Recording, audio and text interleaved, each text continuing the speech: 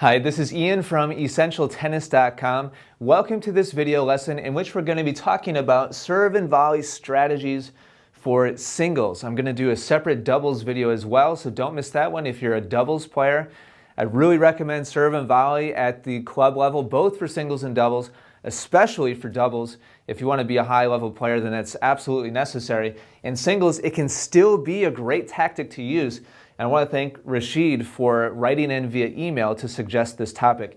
So Rashid, I'm just going to split this up quickly into two different categories here, the serve and your volleys. Serve, two quick things on that. First of all, first serve percentage is crucial. Serving and volleying on your second serve is just going to make your job much, much more difficult, especially if you don't have a ton of confidence in your second serve and your opponent has a decent return. So I recommend that you really work hard on a heavy spin serve to use for both your first and your second serves when you're serving and volleying. You know, it's not that a flat bomb can't be effective, but your percentages are going to go way down on that first serve, which means you have to rely on your second, number one. And number two, if your opponent does get a read on that flat serve, then you're not going to be able to make your way in nearly as close to the net before you get your first volley, which makes things more tricky as well. In terms of placements or trying to aim your serve, and you should be working hard. If you're a serve and volley player, or you aspire to be, you should be working really hard at hitting each of the three main target areas, down the tee, at the body, out wide, with each of your different types of serve. So if you have a heavy spin serve, make sure that you're very confident hitting all three targets. If you have a flat serve you like to use, make sure you're really good at hitting all three targets on both the deuce and the ad side. That's crucial. But the ones you should be using most often are tee and body, simply because it keeps the ball more in front of you. When you go out wide and your opponent has to move out there to get the ball, it gives him or her more choices as far as angles to try to hit the ball around you. And also it means more distance for you to cover in order to be in the right position. Anytime you're at the net, you should be following the ball. The side of the court that the ball is on is the side of the center that you should be on. So when you go way out wide, it means that you have much greater distance to travel to get to the right spot. So for those two reasons, really you should be hitting at either the body or the tee most often. Doesn't mean that out wide can't be effective. It can be, but these two serves should be your bread and butter for serve and volley. Okay, so that's the serve. Number two, volleys.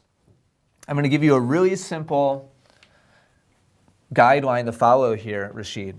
Anytime you have a neutral volley or a defensive volley, and that means maybe you're making contact below the height of the net. You know, your opponent has dipped it down at your feet, so you're having to get down to hit your volley or half volley.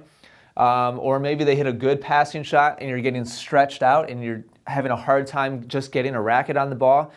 When you're in that kind of situation, in singles, you want to keep the ball in front of you.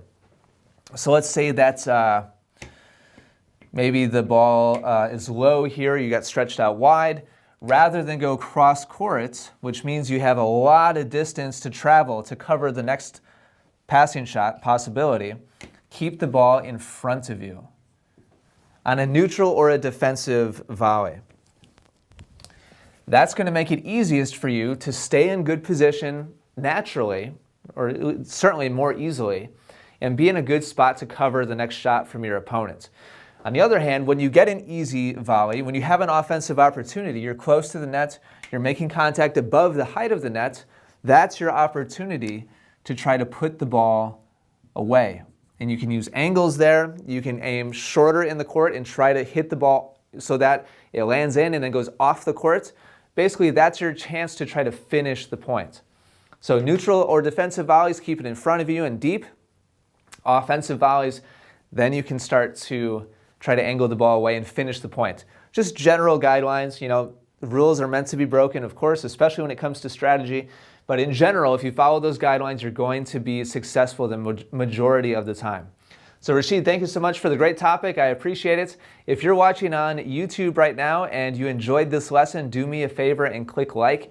Also subscribe to Essential Tennis here on YouTube so that you don't miss out on any future lessons. Let me know if you have any comments or questions below. And with that, thank you so much for watching. I really appreciate it.